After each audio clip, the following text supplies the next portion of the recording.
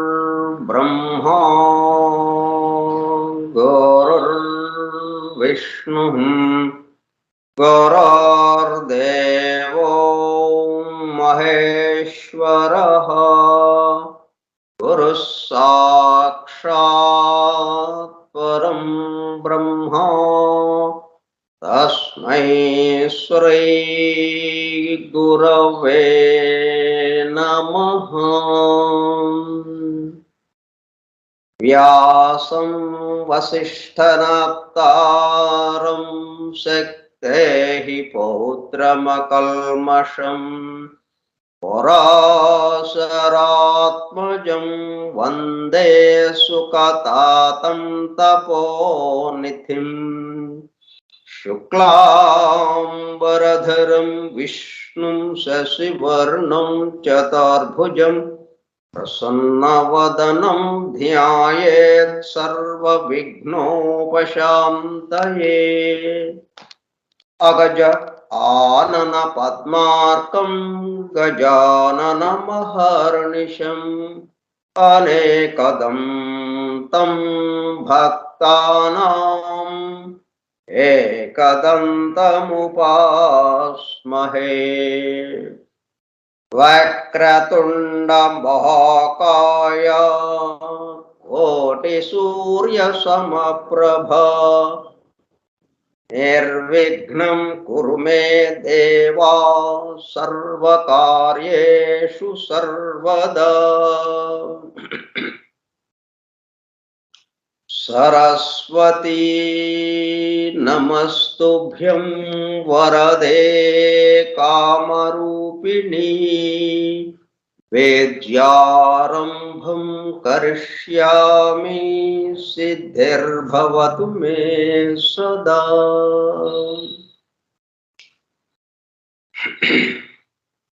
ॐ भूर्भुवः स्वः ॐ तत्सवितुर्वरेण्यं भर्गो देवस्य धीमहि धियो यो नः प्रचोदयात्।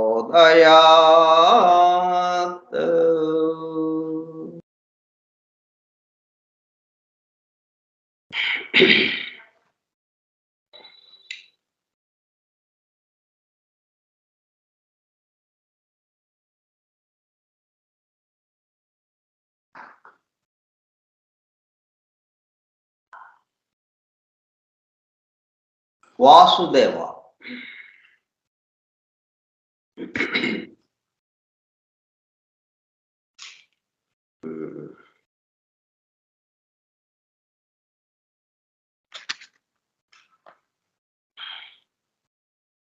Forum for Truth Seekers, Satyanveshakula Brundam, Foundations of Esoteric Philosophy, Nigodha Tattva Shastra Moolam, from the writings of H.P. Blavatsky, arranged with a foreword and notes by M.T.H. Hoskins.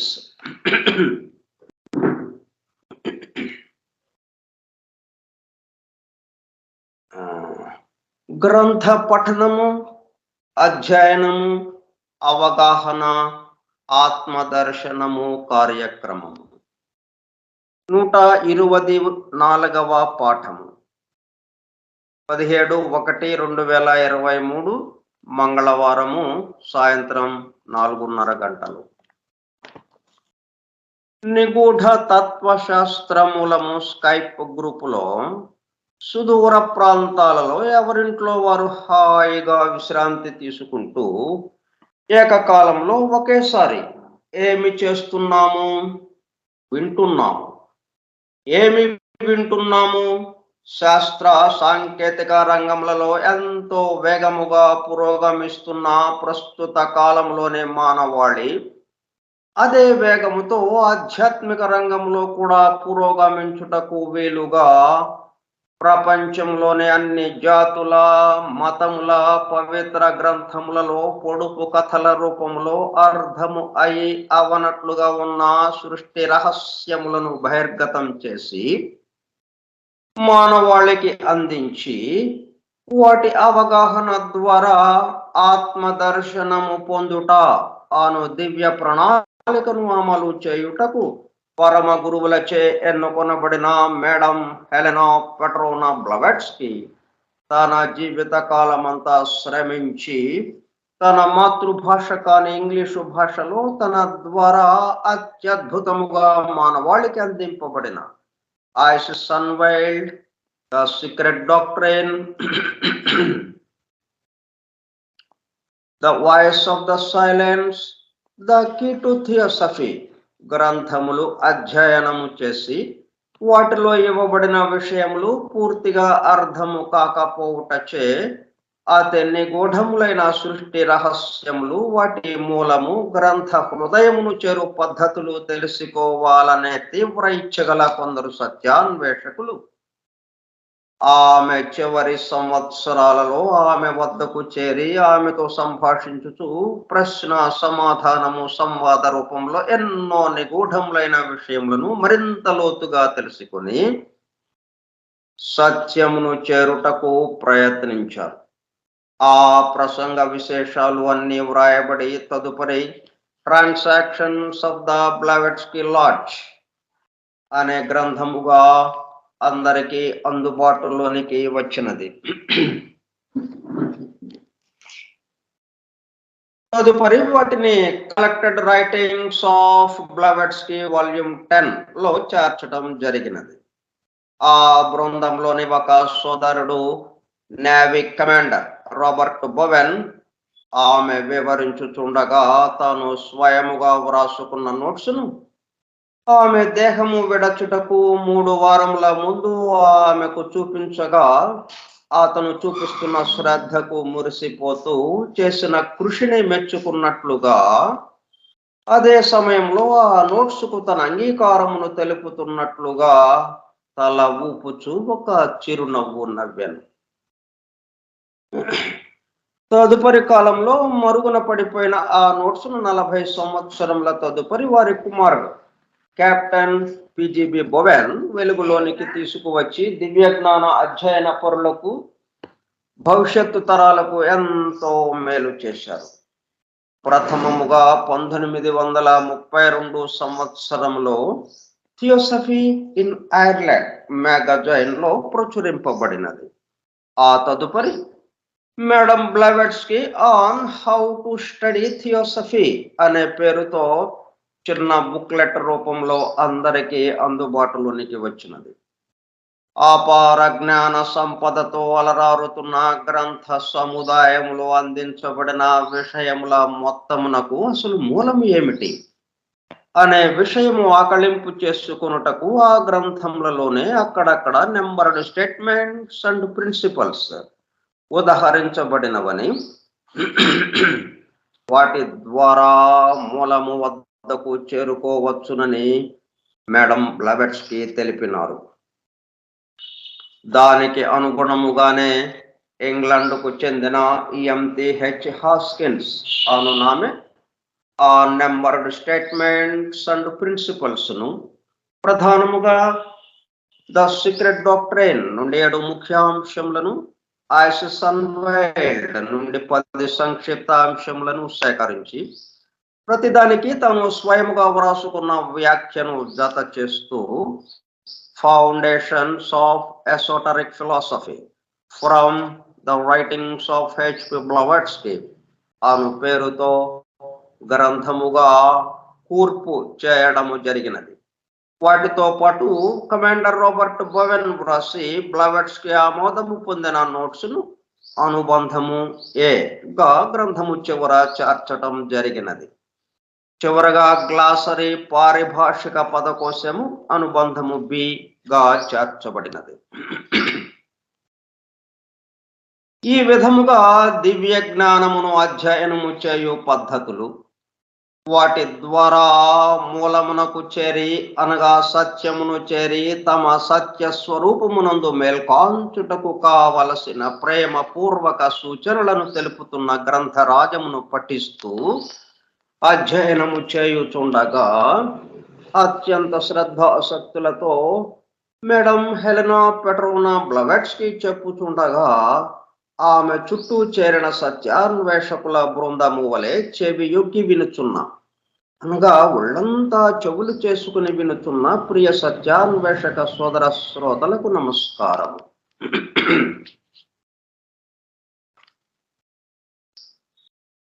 మనం దేశానికి సంబంధించిన కార్యక్రమం ఉందనుకోండి,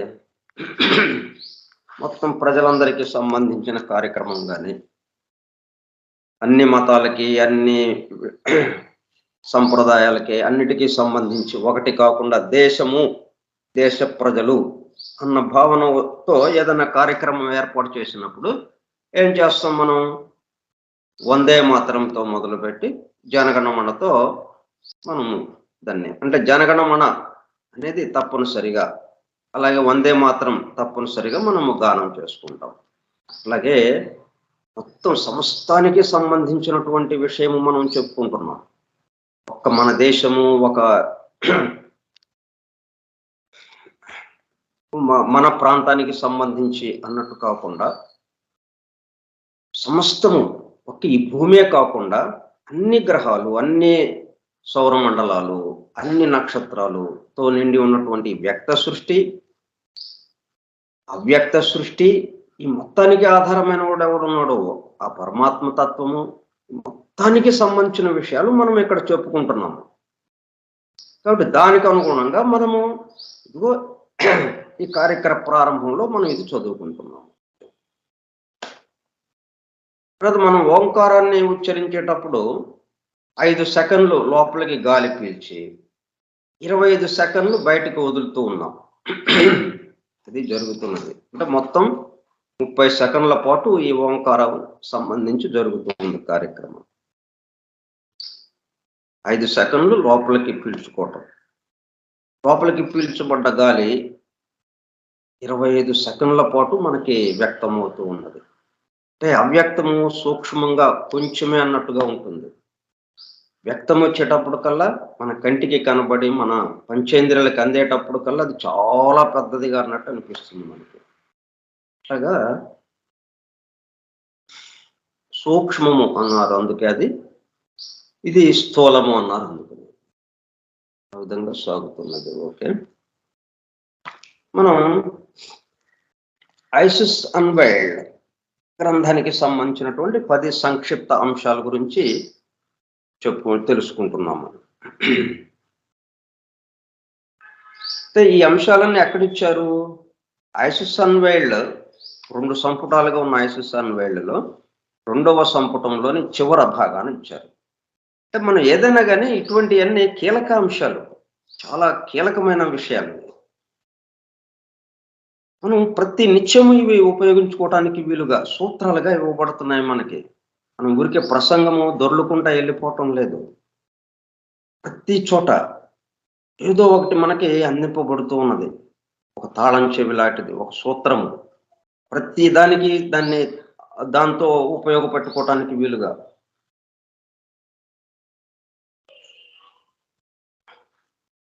ఎక్కడిచ్చారు ఇది? చివరిలో ఇచ్చారు. చివరిలో ఎందుకు ఇచ్చారు? ఇంతవరకు ఇచ్చినటువంటి 2 సంపుటాల్లో ఉన్న మొత్తం విషయానికి సంబంధించి మనం ఈ 10 అంశాలు గనక ఇవ్వకపోయి ఉండుంటే మొత్తం చదివేస్తాం. ఆ 12వ అధ్యాయం కూడా అయిపోతుంది, మూసేస్తాం. కానీ ఇక్కడ ఈ 10 అంశాలు ఇచ్చేటప్పుడు కల్లా మళ్ళీ ఒక్కసారి మొత్తం అన్నీ మనము గుర్తుకు తెచ్చుకున్నట్టు అయిందనమాట. ప్రథమ సంపుటంలో ఏమిచ్చారు, రెండో సంపుటంలో ఏమిచ్చారు అన్నట్టుగా అవన్నీ గుర్తుకొచ్చినట్టుగా అయిపోయినాయి. గుర్తుకొచ్చేసి వాటితో అవన్నీ మన మదిలో నింపుకొని అలా బయటకు వస్తామన్నమాట. లేకపోతే ఖాళీగా వచ్చేవాళ్ళం.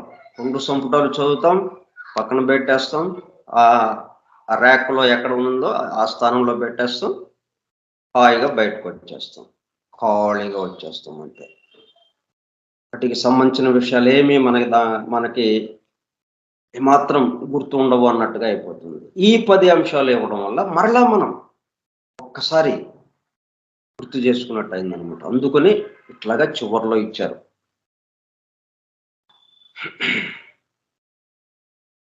ఇవన్నీ మనకి మొత్తం చాలా చాలా వివరంగా తెలియజేయబడ్డ అంశాలు. ఒక్క మాటలో లేకపోతే 2-3 మాటల్లో లేకపోతే 2-3 వాక్యాల్లో చాలా సంగ్రహంగా మనకి అందుబాటులోకి తెచ్చారనమాట ఇది.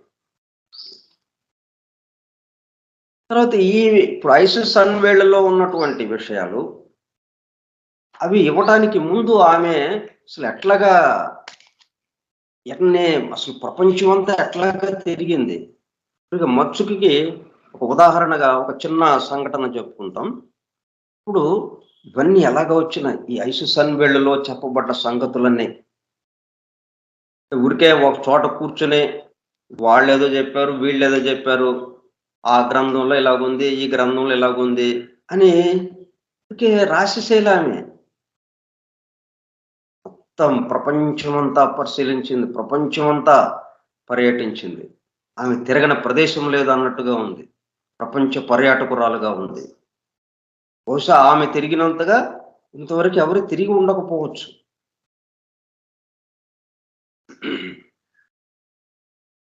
మనకి వీళ్ళనే ఎక్కువగా గుర్తుపెట్టుకుంటాం మనం. మన శ్రీకృష్ణదేవరాయలు పరిపాలన చేస్తున్నప్పుడు చైనా నుంచి ఒక యాత్రికుడు వచ్చాడు. ఆయన ఇక్కడ జరుగుతున్న విషయాల్ని గ్రంథస్థం చేసి వెళ్ళాడు అన్నట్టుగా మనం చెప్పుకుంటాం అట్లాగా ఆ యాత్రికుల్ని. కానీ వాళ్ళకన్నా ఇంకా ఎక్కువగా తిరిగింది ఆ చైనా యాత్రికులు 2 వచ్చారు. వాళ్ళకన్నా ఇంకా ఎక్కువ తిరిగిందనమాట ఈమె. వివిధ ప్రాంతములలోని ఆధ్యాత్మిక సాధనలు, తాంత్రిక సాధనలు తెలుసుకొనుటకై ప్రపంచమునందలి మారు మూలలలో మరుగున పడి ఉన్న ప్రదేశములలో నిర్భీతిగా సంచరించుట ఎన్నచో ఆమెకు ఎప్పుడునూ కుతూహలమే. అందుకే ఈమెను ఎందుకున్నారు. ఇంకోళ్ళు ఎవరైతే అమ్మో ఆరణ్యంలోకి నేను ఎక్కడ వెళ్ళను, నేను ఇక్కడ కూర్చుంటా, నాకు చెప్పండి నేను రాస్తాను అనేవాళ్ళు. అట్లా కాదు. అసలు అలా సంచరించాలంటేనే ఆమెకి ఇష్టం. ఆమెకి ఎప్పుడునూ కుతూహలమే. ఆమె ఆ పర్యటనమున కకేషియన్ పర్వత శ్రేణులలో, చీమలు దూరని చిట్టడవులలో, కాకులు దూరని కారడవులలో, అంధకార బంధురములైన లోయలలో, గుహలలో, 2 మహాపర్వతముల నడుమ సన్నని కన్నములలో కూడా తిరిగి కాలినడకను సంచరించను. ఆ సీమలలో చెమ్మ చీకటుల మహావృక్ష ఛాయలలో కొందరు ఆటవిక జాతి వారుండిరి.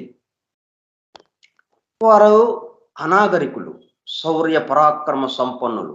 వారికి నచ్చని వారిని చంపి చీల్చి నెత్తురు త్రాగుదురట. కానీ వారి నడుమనే మరి ఒక జాతి వారు కుద్యానీలు అను పేరు గలవారు కలరనియు, వారిలో భూత మాంత్రికులు, తాంత్రిక సిద్ధులు గలవారు, వివిధ క్రతుకాండలు ఆచరించువారు కలరని ఆమె చెప్పెను. ఆ ప్రయాణం వలననే ఆమె కోల్చిన్ అను ప్రాంతమునందు కొంతకాలం ఉండెను. ఆ ప్రదేశమును గురించి పురాణ గాథలు ఉన్నవి. అట్లాగా తిరిగిందనమాట ఆమె.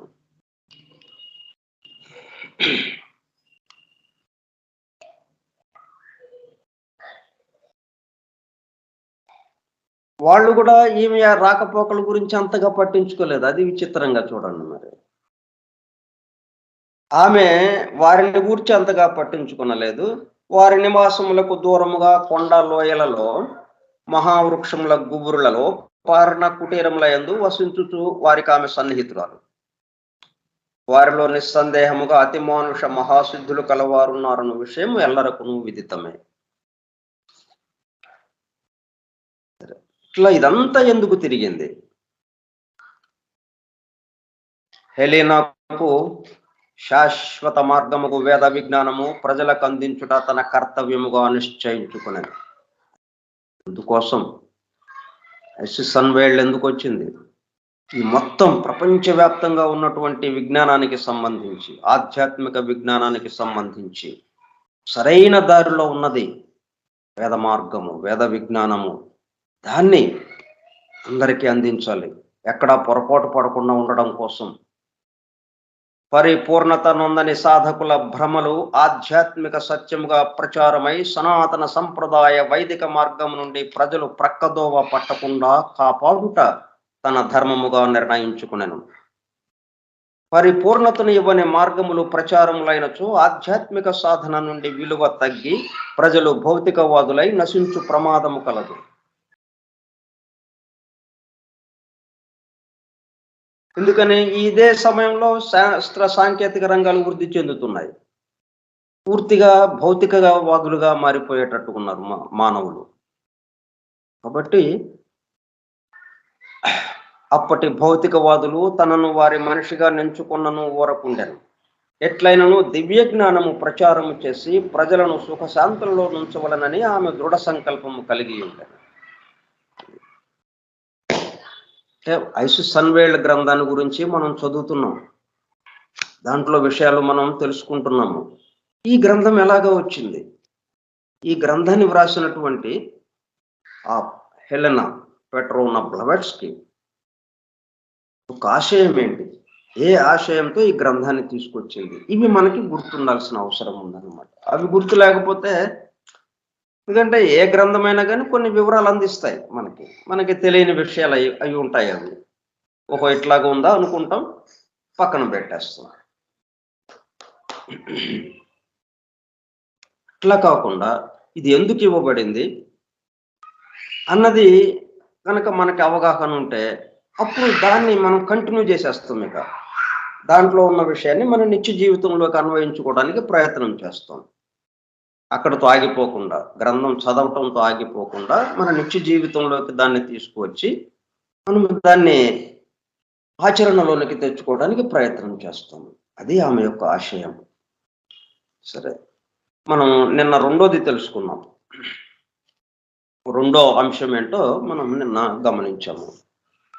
అంటే మనం చూస్తున్నదంతా ఒకటిగానే కనిపిస్తూ ఉంది, కానీ అది మూడుగా కలిసి ఉన్నది. అది ఆ ఒకటి ఎట్లా ఉందన్నమాట, మనకి కంటికి ఏది కనిపిస్తుంది? ఒకటే, కానీ ఆ మిగతా రెండు ఉన్నట్టుగా మనకి లేదు. మూడింటిని ఒక్కటిగా చూడగలము అన్నది లేదు మనకి. మనం చూస్తున్నదంతా రూప జగత్తుకు సంబంధించే చూస్తున్నాం, కాబట్టి ఆ మిగతా రెండింటిని మనం చూడడం లేదు. అందుకని మనము అందుకే అనేకత్వంలో ఉన్నాం కాబట్టి మనకి ఒకటే దర్శనం ఇస్తుంది. ఏది? మనం భౌతికంగా ఎలాగైతే ఉన్నామో, మనం అనేకత్వంగా ఎలాగైతే ఉన్నామో, దానికి ఆ భౌతిక స్థితికి సంబంధించిందే మనకు తెలుస్తూ ఉంటుంది. మిగతాది మనకి అంతుపట్టదు, మనకు అందుబాటులోకి రాదు. అందువల్ల మనం ఎలాగో చూడాలి, మిగతా రెండింటిని కూడా చూడాలి.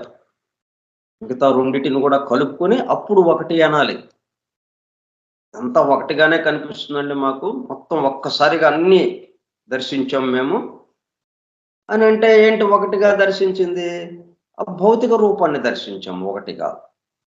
మరి ఆ భౌతిక రూపాన్ని నడుపుతున్నటువంటి ఆ జీవము, ఆ శక్తి ఏదది? దాన్ని గమనించాము. మరి ఈ రెండు ఇట్లాగా నడుస్తున్నాయంటే మరి ఈ రెండిటికి ఆధారంగా ఎవడున్నాడు? ఈ రెండిటికి ప్రేరణ కలుగజేస్తున్న వాడెవడు? ఇంకో మూడో వాడు ఒకడున్నాడు. వాడిలో ఇదంతా జరుగుతూ ఉన్నది అన్నది మనం నిన్న గమనించాము, తెలుసుకున్నాము. సో మనము ఏది చూసినా కానీ మన చుట్టూ, ఎందుకంటే మనం ఈ విషయాలు మనకి విద్యాలయాల్లో చెప్పడం లేదు, విద్యాలయాల్లో విద్యార్థులకి తెలియజేయటం లేదు, మన పిల్లలకి తెలియజేయటం లేదు, మనకి తెలియజేయలేదు. మన పిల్లల సంగతి తర్వాత, ముందు మనమే తెలియజేయలేదు కదా. మనకే తెలియనప్పుడు ఇంకా మన పిల్లలకి ఏం చెప్తాం మనం? మనకి తెలిసేదంతా ఏమిటి? మన చుట్టూ ఉన్నది చెప్తున్నారు. మన చుట్టూ ఉన్న దాని సమస్తానికి సంబంధించి ఈ సైన్స్ రూపంలో బయాలజీ, అలాగే ఫిజిక్స్, సైన్స్, అలాగే కెమిస్ట్రీ, ఇట్లాగా జువాలజీ, ఇట్లా ఎన్నెన్నో శాస్త్రాలు, సోషియాలజీ అంటున్నారు, సోషల్, ఇన్ని దేశాలకి సంబంధించిన చరిత్రలు, వాటి విషయాల గురించి, రాజవంశాలు ఎలాగా పరిపాలించారు, అవన్నీ వాటి విషయాల గురించి, ప్రజలు ఎలాగా జీవించారు ఒకప్పుడు, ఇప్పుడు ఎలా జీవిస్తున్నారు, ఈ విషయాలు కూడా చెప్తున్నారు. కానీ ఒకటే మూడుగా ఉన్నటువంటి దీన్ని మూడుగా మనకి చెప్పకుండా ఒకటిగా చెప్తున్నారు. అక్కడ మనం ఒకటిలోనే ఉండిపోతున్నాం. ఒకటిగా ఉంటే మంచిదే, ఉండాల్సింది ఏకత్వమే. కానీ ఆ ఏకత్వంలో మిగతా రెండు విషయాలు లేవు దాంట్లో. అది మూడు కలిపిన ఒకటి, ముచ్చటగా మూడు కలిపిన ఒకటి ఉండాలి అక్కడ. కానీ మిగతా రెండు విషయాలు లేవు అక్కడ. ఏమాత్రము జీవం లేని ఒక శవానికి ఎలాగైతే ఉందో, ఒక శవములాగా వాటి గురించి చెప్పుకుంటున్నాం. కానీ అంతకుముందు ఆ శవం ఎలా కదిలింది, ఆ కదలటానికి కారణమైనటువంటి ఆ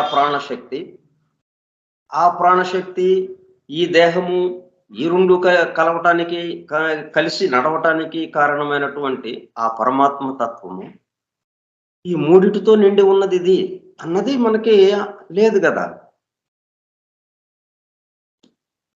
ఆ మాదిరిగా చూడాలి అంటే మొత్తం అన్ని సంప్రదాయాలు, అన్ని జాతులకి సంబంధించినటువంటి పవిత్ర గ్రంథాల్లో ఉన్న విషయానికి సంబంధించిన సారం ఈ ఒక్క అంశంలో మనకు వచ్చిందనమాట. సో మన చుట్టూ చూసే విధానము ఏమిటి, మన చుట్టూ ఏ విషయం తెలుసుకుంటున్నా కానీ మిగతా రెండిటిని కూడా జత చేయండి. ఒక్కటే కాదు, మిగతా రెండిటిని కూడా జత చేయండి. అప్పుడు చూడండి మన అనుభూతి ఎలాగ ఉంటుందో. మొత్తం ఒకటిలో జరుగుతుంది, ఒకటి అని మనకి అప్పుడు ప్రహ్లాదుడికి ఎట్లాగైతే సమస్తము నారాయణమయము, హరిమయము, సమస్తము హరిమయము ఇట్లా వచ్చేస్తుంది మనకి. ఓకే, మూడోది చూద్దాం. సరే, మన చుట్టూ చూసాము, మూడుగా ఉన్నాయి, మూర్తిగా ఉన్నది, మూడు విభాగాలతో ఉన్నది అన్నాం. మరి మన సంగతి ఏంటి? దాన్ని చూస్తున్నటువంటి, మన చుట్టూ ఉన్నదాన్ని చూస్తూ ఉన్నటువంటి మన సంగతి ఏంటి? మరి మనం ఎన్ని భాగాలతో ఉన్న ఒక భాగమేనా? మనం కూడా మూడో అంశం ఈరోజు చెప్పుకుందాం. Man is also triune. మానవుడు కూడా త్రయీమూర్తి, ముగ్గురు కలిసినటువంటి మూర్తి. మనలో కూడా ముగ్గురుగా కలిసి ఉన్నాం. మూడు భాగాలుగా ఉంది మనది కూడా. మనం ఒక్క భౌతిక దేహమే కాదు. మనం సాధారణంగా అనుకునేది భౌతిక దేహం. నేను అనంగానే ఏది గుర్తొస్తుంది మనకి? భౌతిక దేహం. ఇప్పుడు ఎవరి పేరైనా చెప్పంగానే ఆ పేరుకి సంబంధించినటువంటి ఆకారం గుర్తొస్తుంది. ఇప్పుడు గాంధీ అని మనం చెప్పుకున్నాం, ఆ గాంధీ ఫోటోలో ఉన్న ఆకారం ఏదైతే ఉందో అది గుర్తొస్తుంది మనకి. భౌతిక దేహం. మనం ఎట్లాగైతే మన చుట్టూ ఈ భౌతికాన్నే చూసామో, ఈ స్థూల జగత్తునే చూసామో, రూపాన్నే చూసామో, ఆకారాన్నే చూసామో, అట్లాగే మనది కూడా అలాగే అయిపోయింది అనమాట. అట్లా కాదు, మనది కూడా ఆల్సో ట్రయోన్. ఏమేమి ఉన్నాయి మనలో? He has his objective physical body. He has his objective physical body. Objective అంటే ఏంటి? అంటే సబ్జెక్టు వస్తుంది కదా మనకు, అంతేగా. రాముడు రావణుని సంహరించాను. దీంట్లో రాముడు సబ్జెక్టు, రావణుడు ఆబ్జెక్టు కదా.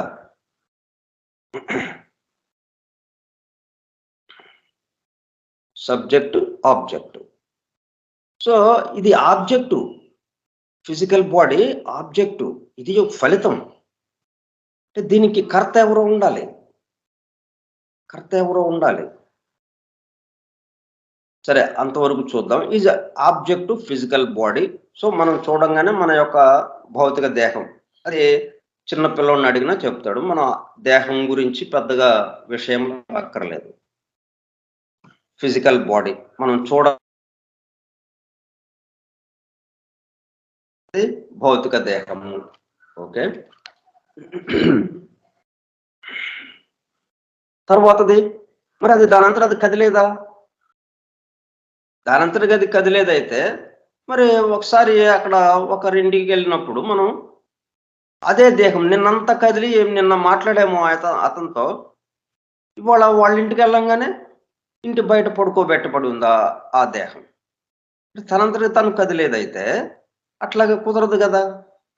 కాబట్టి తనంతటికి తను కదలనది అది అనేది మనకి అట్లా పడుకోబెట్టిన తర్వాత అర్థమైంది మనకి. అంతకుముందు కదులుతుంటే ఇది కదిలేది కావాలా అనుకున్నాం మనం, అదే కదులుతుంది కావాలా అనుకున్నాం. ఇప్పుడు అర్థమైంది అది కదలకుండా ఉండి అక్కడ పడుకోబెట్టేటప్పుడు కల్లా అది పడుకోలా, మనం పడుకోబెట్టాం బయటికి తీసుకొచ్చి. ఇంకా అక్కడి నుంచి ఇంకా మనం శ్మశానానికి పంపడం కోసం అన్నట్టుగా. ఇక ఆ దేహం యొక్క నివాస స్థానం ఎక్కడ? శ్మశానం. అది కాబట్టి ఈ ఫిజికల్ బాడీ మనకు కనిపించింది, బాగుంది. కానీ అది ఎలా కదులుతూ ఉన్నది? Is vitalising astral body or soul. The real man is vitalising astral body.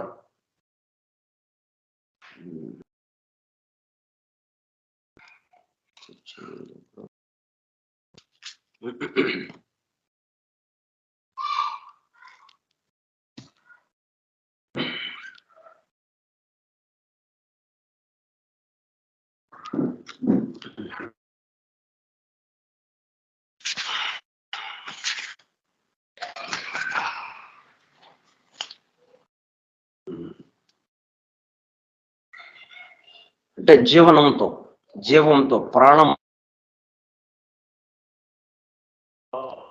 అవుతున్నటువంటి వైటలైజింగ్ ఆస్ట్రల్ బాడీ. అది దాని పేరేం పెట్టాం అనమాట, ఆస్ట్రల్ బాడీ.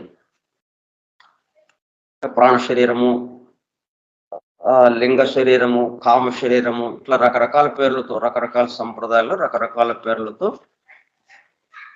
అది దాని వివరాలు ఇంకొంచెము మనం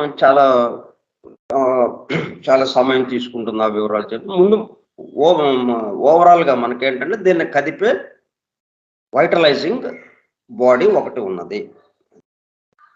ఆ శక్తితో, జీవంతో ఉన్నటువంటి ఒక ఆస్ట్రల్ బాడీ ఒకటి, ఆర్ సోల్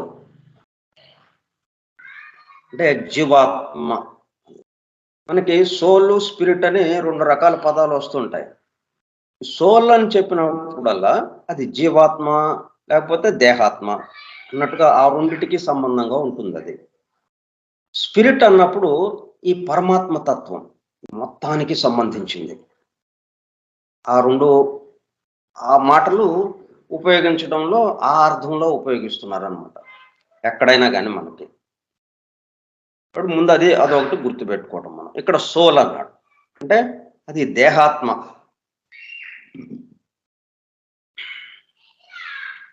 లేదా జీవాత్మకి సంబంధించి. అంటే జీవాత్మ దేహాత్మల యొక్క కలయిక వల్లే మనము ఇంకా తురియాత్మకి వెళ్తాం అనేది తర్వాత సంగతి. ఇలాగా ద రియల్ మ్యాన్ అంటే నేను అని ఏదైతే అంటున్నామో అది అది ఒకటి ఉన్నది. ఫిజికల్ బాడీతో పాటు ఇంకోటి ఏది ఉందన్నమాట, ఆ ఫిజికల్ బాడీని కదుపుతున్నటువంటి vitalising astral body or soul, real man. Real man అంటే మానవుడు అనగానే మనం భౌతిక దేహంతో మనం ఆలోచిస్తూ ఉంటాం. భౌతిక దేహంతోనే మనము వ్యవహారం నడుపుతూ ఉంటాం. భౌతిక దేహమే ఇతను, మన పేర్లన్నీ ఆ భౌతిక దేహానికే పెట్టాము అన్నట్టుగా ఉంటాయన్నమాట. అలా కాకుండా రియల్ మ్యాన్ ఒకడున్నాడు, అసలైన మనిషి, అసలైన మానవుడు. ఆ ఆత్మ, దేహాత్మ కానీ జీవాత్మకి సంబంధించి వాడు ఒకడున్నాడు లోపల, వాడు దీని మొత్తాన్ని నడుపుతూ ఉన్నాడు అని. సరే, ఇట్లా ఇద్దరున్నారు. ఇద్దరు అర్థమైంది కదా మనకి. దేహము, దేహాన్ని నడుపుతున్నటువంటి ఆత్మ. క్లియర్ గానే ఉంది కదా ఇక్కడ. ఆ ఆత్మ అంటే ఈ వైటలైజింగ్ ప్రిన్సిపల్ మిగతా మొత్తం 7 శరీరాలు, 7 పొరలుగా ఉన్నటువంటిది ఈ శరీరము. ఈ భౌతిక శరీరము 7వ పొర. ఇంకా 6 పొరలు ఉన్నాయి. ఈ 6 పొరలకి సంబంధించినటువంటి వివరాలతో, ఆ 5 పొరలతో సంబంధించిన వివరాలతో ఉన్నది ఈ వైటలైజింగ్ ఆస్ట్రల్ బాడీ అన్నమాట. అదే రియల్ మ్యాన్ గా ఉంది. ఈ 2 అయిన తర్వాత and these 2 are brooded over. ఈ 2 ఎక్కడ ఉన్నాయి? Brooded over and illuminated by the third. ఇంకొకటి ఉన్నది, మన కంటికి అస్సలే మాత్రము కనపడంది, కానీ ఈ రెండింటిని పొదుగుతూ ఉన్నది. బ్రూడెడ్, ఈ రెండింటిని పొదుగుతూ ఉన్నది. అండ్ ఇల్యూమినేటెడ్, వీటికి కాంతిని, జ్ఞానాన్ని ప్రకాశింపజేసే, ఆ వెలుగుని ప్రకాశింపజేస్తున్నది, జ్ఞానాన్ని ఇస్తూ ఉన్నది, వెలుగుని కలగజేస్తూ ఉన్నది. అందుకే మనం మేల్కొనటం అంటుంటాం. మనకు కొత్తగా వచ్చేదేం లేదు, ఎందుకంటే మనలో ఉంది కదా అది. ఆ థర్డ్ ఏదైతే ఉందో, జ్ఞానము ఏదైతే ఉందో, అదే ఆ మూడోది. ఆ వెలుగు, జ్ఞానము, తర్వాత ప్రకాశము, అట్లాగే పరమాత్మ తత్వం.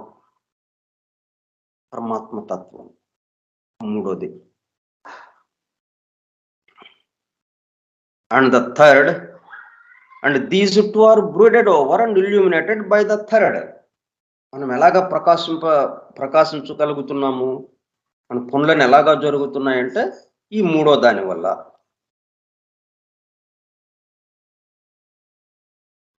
అదేంటి ఆ మూడోది? The sovereign, the immortal spirit. అంటే సంపూర్ణ అధికారం కలిగి ఉన్న పాలకుడు అనమాట. సావరెన్ అంటే చక్రవర్తి అనమాట. ఇక ఆయన మాట జవదాడడానికి లేదు, ఇంకా ఆయన ఆజ్ఞని శిరసా వహించటమే. అటువంటి ఆయన సావరెన్,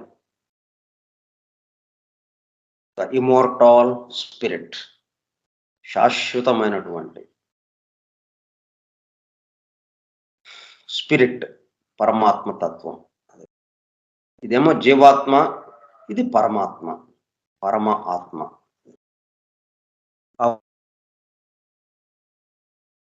ఈ 2 ఉన్నాయి. అంటే పరమాత్మ కూడా ఒక చిన్న భాగంగా దీంతో కలిసి ఉన్నాడని కాదు ఇక్కడ చెప్పటం. ఈ 2నేమో ఈ దేహానికి పరిమితమైనట్టుగా దేహం వరకే ఉన్నాయి. భౌతిక దేహము, ఆ జీవాత్మ, ఈ 2. మూడోది వచ్చేటప్పటికల్లా ఏమైంది? ఆ 3లో ఈ మొత్తము ఈ 2 ఉన్నాయి. ఆ 2 ఎక్కడ విడదీయడానికి లేదు. అది ఆ మూడోది ఏదైతే ఉందో ఆ పరమాత్మ తత్వము, దాన్ని విడదీయటానికి లేదు, దాన్ని చిన్న చిన్న ముక్కలు చేయటానికి లేదు. ఉన్నది ఒకే ఒక పరమాత్మ తత్వము. దాంట్లో మనందరం ఉండడమే, కానీ దాంట్లో ఉండడం వల్ల, దాంట్లో ఎదుగుతూ ఉండడం వల్ల మనకి కావలసినటువంటి శక్తి సామర్థ్యాలు, ఆ జ్ఞానము, ఆ వెలుగు, ఆ ప్రకాశం, అవన్నీ మనకు అందుతూ ఉన్నాయి. ఇక్కడ అందరము దానిలో ఉన్నాము. ఈ విధంగా మానవుణ్ణి చూడంగానే, ఒక భౌతిక దేహము, మానవుడు, మనిషిని చూడంగానే మనకేం గుర్తు రావాలన్నమాట? ఈ 3 గుర్తుకు రావాలి. మన చుట్టూ ఉన్నదాన్ని చూస్తే ఏం గుర్తుకు రావాలి? మనం నిన్న చెప్పినటువంటి అవి గుర్తుకు రావాలి. అవి కూడా స్పిరిట్లోనే ఉన్నాయి. ఇది కూడా ఇమ్మోర్టల్ స్పిరిట్లోనే ఉంది. అంటే యూనివర్స్ మన చుట్టూ ఉన్నది విశ్వము. ఆ విశ్వంలో ఆ విశ్వాన్ని పరీక్షిస్తున్నటువంటి, ఆ విశ్వాన్ని గమనిస్తున్నటువంటి, ఆ విశ్వాన్ని వీక్షిస్తున్నటువంటి మానవుడు. ఇది కదా మనకి ఇద్దరు ఉన్నట్టు మన చేత గమనింపబడేది. మన చుట్టూ ఉన్న విశ్వం మన చేత గమనింపబడుతూ ఉన్నది. ఆ విశ్వము, ఆ విశ్వాన్ని గమనిస్తున్నటువంటి మానవుడు. వీళ్ళిద్దరు ఎలాగ ఉన్నారు? ఇద్దరు ఒకలాగానే మూడుగా ఉన్నారు. మూడు భాగాలతో. ఇది మనకి ఎవరిని చూసినా, ఒక అణువుని చూసినా సరే, ఒక చిన్న ఇసుక రేణువుని చూసినా సరే, దేన్ని చూసినా కానీ ఈ 3 భాగాలు మనకు వెంటనే గుర్తుకు రావాలి. ఈ 3 భాగాల గురించే ఎంతో వివరంగా ఆ మొదటి వాల్యూంలో, రెండో వాల్యూంలో వివరింపబడింది అనమాట. ఐస్ సన్వెల్డ్ యొక్క మొదటి భాగం, రెండో భాగాల్లో. అట్లా అన్ని ప్రపంచంలో ఉన్నటువంటి అన్ని సంప్రదాయాలు వీటి గురించి ఎలాగా చెప్పినాయి, ఆ విధంగా మనకు అందించారనమాట.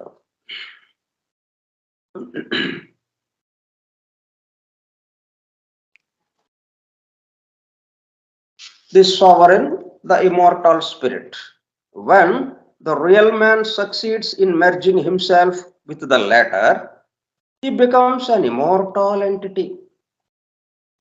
ఇప్పుడు మనక యొక్క కర్తవ్యం ఏంటి? ఇప్పుడు మనము అనేకత్వం అనే ఎందుకు వచ్చాము?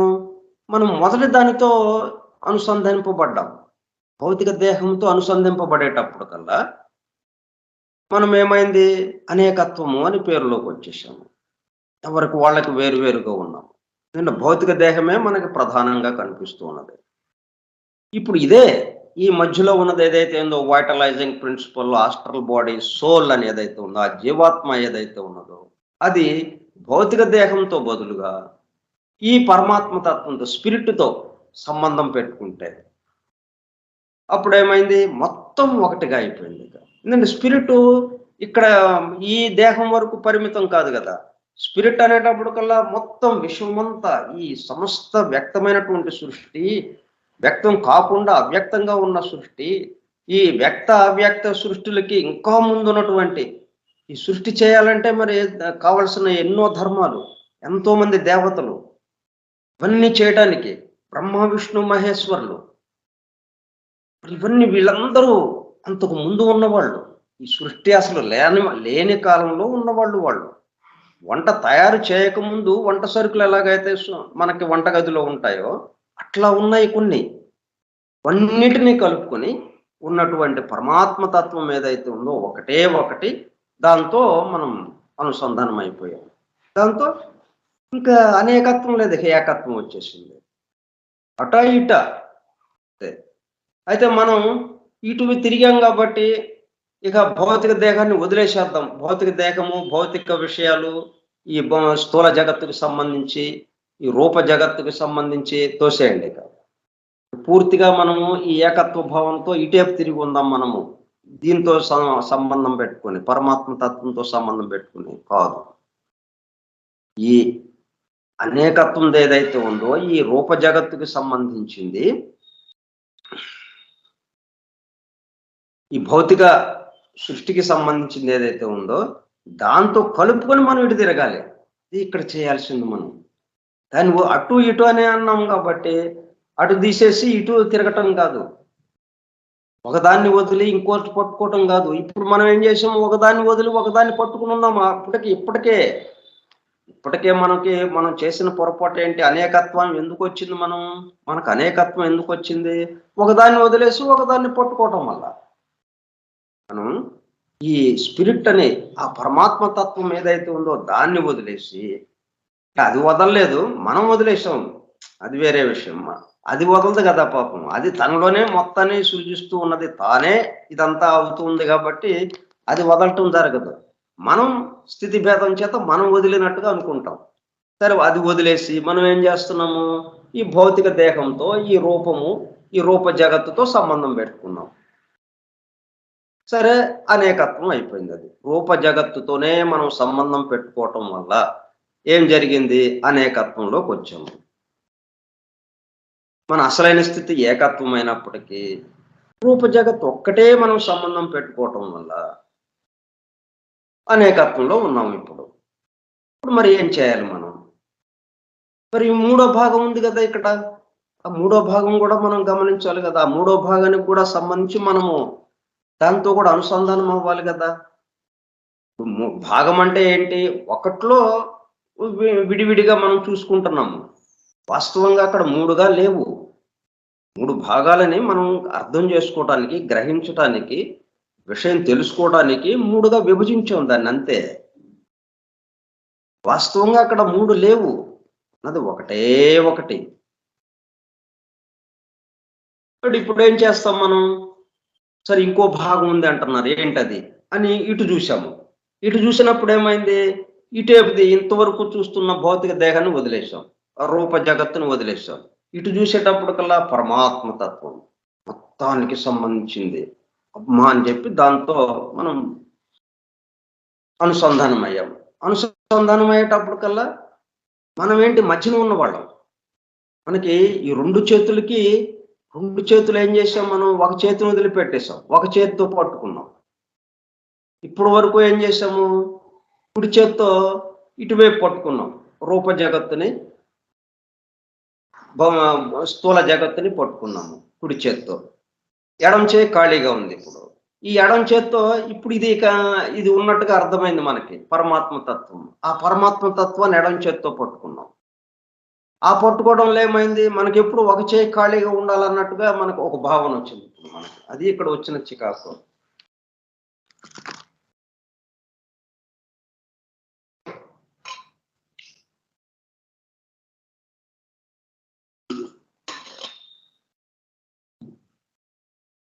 ఒక చేత్తో పట్టుకున్నాం అంటే ఇంకో చేయి వదిలిపెట్టాలన్నట్టుగా మనకి అలవాటు అయిపోయింది. దాంతో ఏమైంది? రూప జగత్తును వదిలేసాం, కుడి చేత్తో పట్టుకున్న దాన్ని వదిలేసాం, ఈ ఎడం చేత్తో దీన్ని పట్టుకున్నాం. మళ్ళీ సగం అయిపోయింది. ఇప్పుడు ఏంటంటే మనం కుడి చేత్తో పట్టుకున్న దాన్ని అలాగే ఉంచాలి.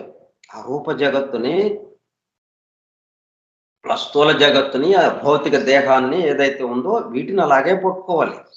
పట్టుకుంటూ ఈ ఎడం చేత్తో ఈ పరమాత్మ తత్వాన్ని పట్టుకోవాలి మనం.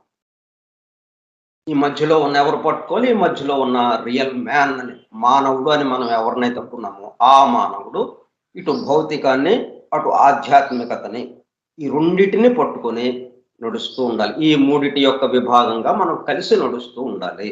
అది మ్యాన్ ఈజ్ ట్రయూన్. మన చుట్టూ విశ్వం ఎలాగైతే మూడిటితో నిండి ఒకటిగా కనిపిస్తూ ఉన్నదో, మూడిటితో కలిసి ఉన్నది ఆ పరమాత్మ తత్వంతో కలిసి, ఆ పరమాత్మ తత్వంలో భాగంగా ఉన్నది. అట్లాగే మనం కూడా ఈ పరమాత్మ తత్వంలో భాగంగా ఉన్న ఈ భౌతికంతో కూడా కలిసి, అదే చివరికి ఏంటనమాట, ఈ స్థూల జగత్తు విడిగా ఉంది అన్నట్టుగా అనిపిస్తున్నప్పటికీ ఇది కూడా దాంట్లోనే ఉంది, ఆ పరమాత్మ తత్వంలోనే ఉంది అన్నది మనకు అర్థమవుతుంది. సో ఇప్పుడు మన చుట్టూ ఉన్న విశ్వము ఎలాగా ఉందో అట్లాగే అదే విభాగంతో మానవుడు కూడా ఇక్కడ నిలబడి ఉన్నాడు. దాన్ని వీక్షిస్తున్నటువంటి మానవుడు కూడా అదే విభాగంతో ఉన్నాడు. అంటే విశ్వంలో ఏముందో ఒకళ్ళకి పరిపూరకం. విశ్వంలో ఏమైతే ఉన్నదో సమస్తము మానవుడిలో ఉన్నది. మానవుడిలో ఏదైతే ఉన్నదో ఇది వామన రూపంలో ఉంది. మానవుడు అనేటప్పటికల్లా సమస్తము ఆ విశ్వంలో బృహత్తర రూపంలో ఉంది అన్నది మనం అంతకుముందు అది చెప్పుకున్నాం కూడా. అది ఇప్పుడు మనకి వాస్తవంగా ఉన్నట్టుగా అయిందనమాట.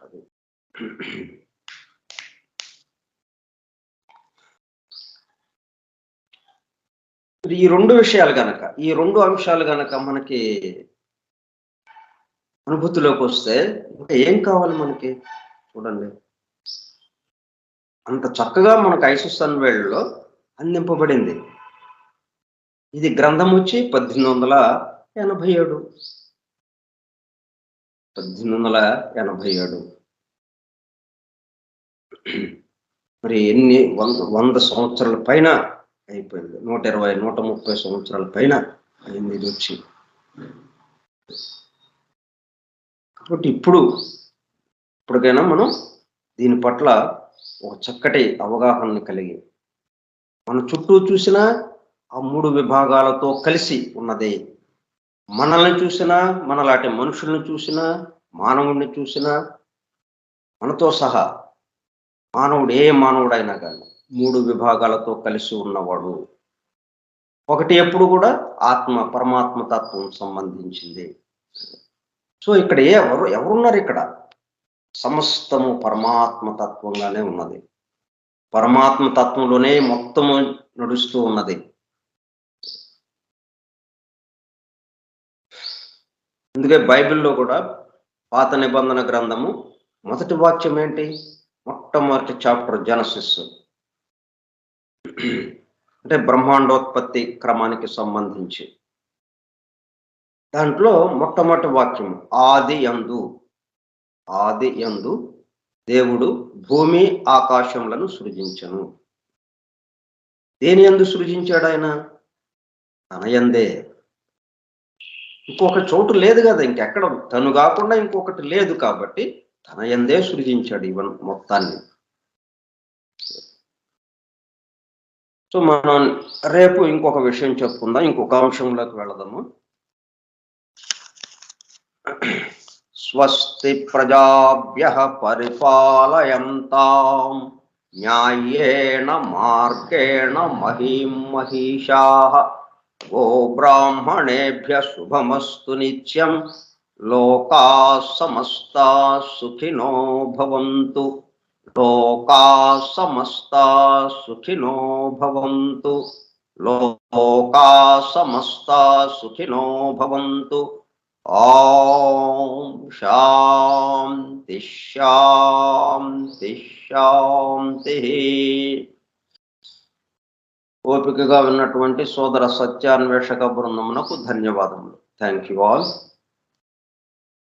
Thank you sir.